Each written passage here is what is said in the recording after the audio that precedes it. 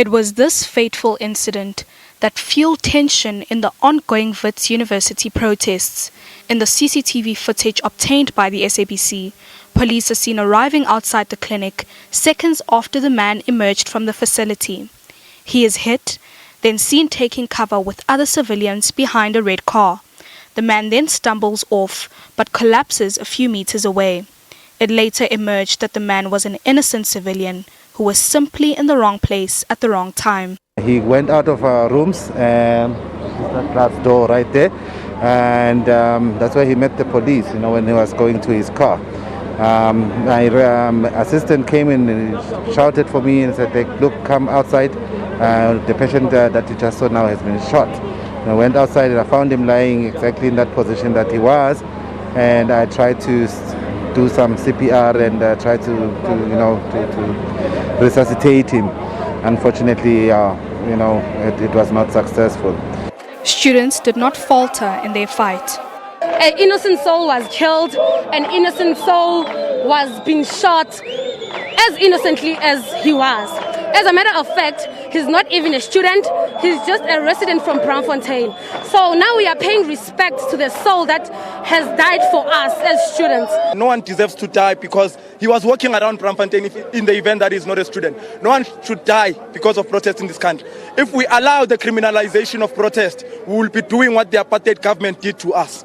And if the apartheid government did to us what is supposed to be done today, we're going to respond in the need that needs to be. So we're saying we're going to take this struggle, not only to vets, not only to UJ, we're going to take this struggle to all institutions of higher learning. We're going to TVET colleges to also wage the very same fight. Our demand now, comrades, is that we must fight for Blade Nzimande to step down.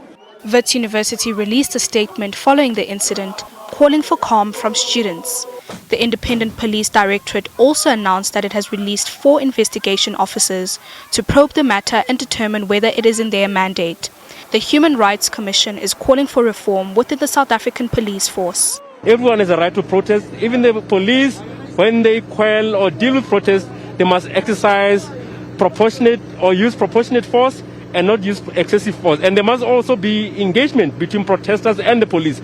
But there has been little additional change on the part of some members of the SAPS in dealing with protests. We are concerned with how the police have been managing protests and how they have conducted themselves today. I was a short while ago in a telephonic conversation with General Mtombeni from the Gauteng SAPS, and I've expressed my concerns. I also called the Provincial Commissioner, Lieutenant Elias Mawela, to also register my concerns about the way in which the police have managed the situation.